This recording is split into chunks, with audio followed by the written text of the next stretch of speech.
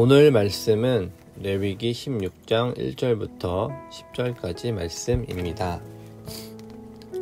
아론의 두 아들이 여호와 앞에 나아가다가 죽은 후에 여호와께서 모세에게 말씀하시니라. 여호와께서 모세에게 이르시되 내 형 아론에게 이르라.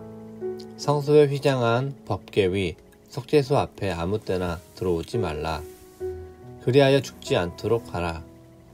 이는 내가 구름 가운데에서 속죄소 위에 나타남이니라. 아론이 성소에 들어오려면 수송아지를 속죄물로 삼고 순양을 번제물로 삼고 거룩한 세마포 속옷을 입으며 세마포 속바지를 몸에 입고 세마포 띠를 띠며 세마포 관을 쓸지니 이것들은 거룩한 옷이라 물로 그의 몸을 씻고 입을 것이며 이스라엘 자손의 회중에게서 속죄물로 삼기 위하여 숫염소 2마리와 번제물로 삼기 위하여 순양 1마리를 가져갈지니라. 아론은 자기를 위한 속죄제에 수송아지를 드리되 자기와 집안을 위하여 속죄하고 또 그 두 염소를 가지고 회막문 여호와 앞에 두고 두 염소를 위하여 제비 뽑되 한 제비는 여호와를 위하고 한 제비는 아사셀을 위하여 할지며 아론은 여호와를 위하여 제비 뽑은 염소를 속죄제로 드리고 아사셀을 위하여 제비 뽑은 염소는 산채로 여호와 앞에 두었다가 그것으로 속죄하고 아사셀을 위하여 광야로 보낼지니라. 아멘. 레위기 16장은 속죄일에 대한 규례를 말씀하고 있습니다. 하나님께서 백성의 죄를 씻기 위해 대제사장에게 지키라고 명하신 규례입니다. 16장에는 직접적으로 속죄일이라는 표현이 나오지는 않지만 1년에 한 번 정해진 규례를 따라 백성의 죄를 씻어주시는 이 속죄일 규례가 레위기 23장과 25장에 나오는데요. 16장 본문에 나오는 날이 바로 그 속죄일이라는 사실을 우리는 성경 내용을 통해서 확인할 수가 있습니다. 1년에 한 번 대제사장은 자기 자신의 죄와 백성의 죄사함을 받기 위해 이날의 규례를 지켜야만 했습니다. 복잡하고 다양합니다. 이런 속죄일의 규례를 보며 그리스도 안에서 우리의 죄를 사하시는 하나님의 은혜를 나누고자 합니다. 첫째로, 하나님께서 정하신 속죄의 때가 있었습니다.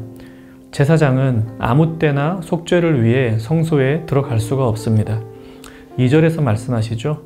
성소의 휘장 법궤 위 속죄소 앞에 아무 때나 들어오지 말라. 그리하여 죽지 않도록 하라. 이는 내가 구름 가운데에서 속죄소 위에 나타남이니라. 성소라고 나오기는 하지만 우리가 잘 아는 지성소를 뜻합니다. 지성소 안에는 언약궤가 있고 언약궤에 여호와 하나님께서 임재하신다고 하셨습니다. 즉 하나님이 거기 계시기 때문에 제사장은 아무 때나 들어갈 수가 없었던 것이죠. 하나님께 나아가야 그분께 죄사함을 받을 수가 있는데 아무 때나 함부로 나갈 수가 없습니다. 이는 속죄란 인간으로부터 시작되거나 인간이 고안해낸 어떤 것이 아니라 하나님께로부터 시작된 은혜라는 사실을 우리에게 보여줍니다. 하나님께서 정하신 날에 하나님께서 정하신 방법으로 백성의 죄를 속죄하십니다.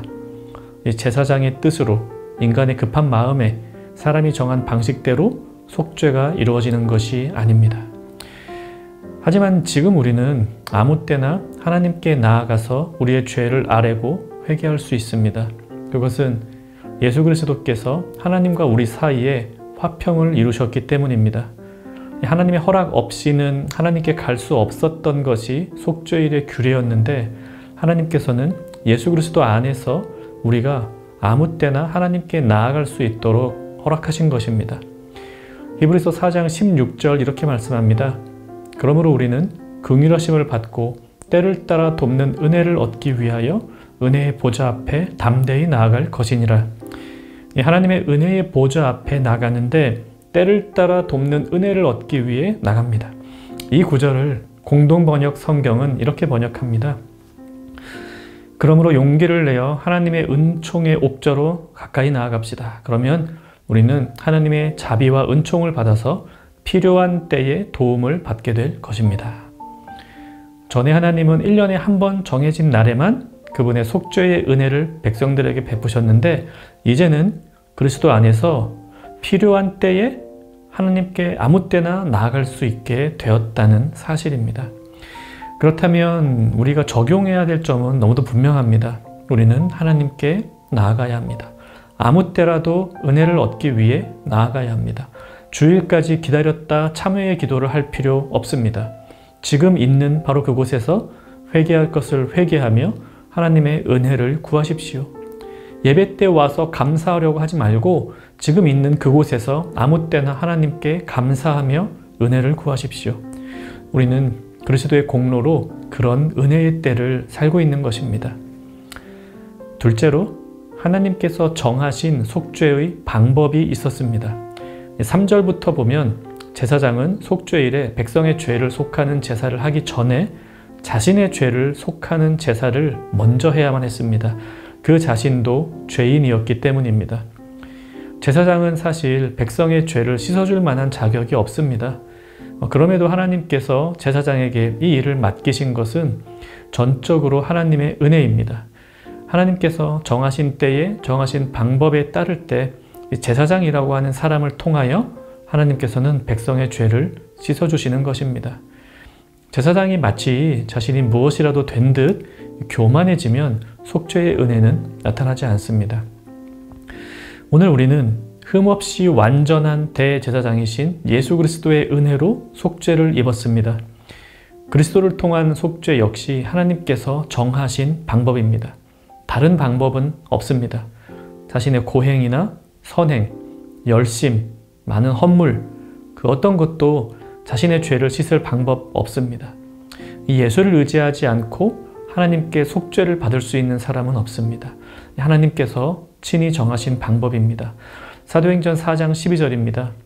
다른 이로서는 구원을 받을 수 없나니 천하 사람 중에 구원을 받을 만한 다른 이름을 우리에게 주신 일이 없음이라 하였더라.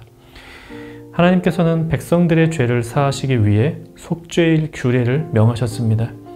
그들은 1년에 한 번 복잡하고 정교한 규례를 통하여 속죄하시는 하나님의 은혜를 받을 수 있었습니다.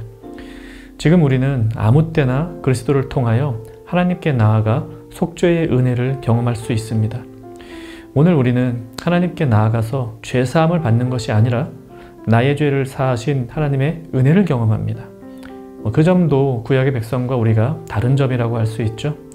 가장 중요한 것은 그리스도를 믿는 믿음으로 아무 때나 하나님께 나아가는 것입니다. 그리고 우리를 위하여 하신 구속의 놀라운 은혜를 날마다 경험하는 것입니다. 말씀 생각해만 같이 기도하겠습니다. 아무 때나 지금 이곳에서 하나님께 기도하며 은혜를 경험하며 살게 하옵소서. 또 나의 노력과 열심이 아닌 오직 예수님의 이름으로만 구원받을 수 있음을 믿고 주님의 이름을 항상 높여 부르게 하옵소서. 오늘 하루 하나님의 은혜에 더 깊이 경험하는 정연가족 되시기를 바랍니다.